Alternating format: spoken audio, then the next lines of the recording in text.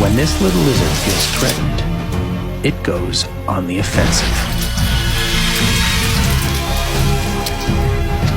The liquid is harmless, but so sticky and smelly, it's enough to repel even the deadliest hunter.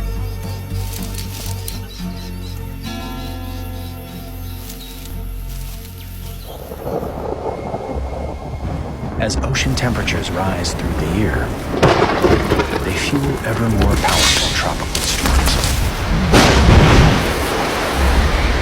Caribbean anoles are surprisingly well adapted to endure such extreme weather. But this storm is still building. When the world's most powerful weather events strike, small creatures are at their mercy.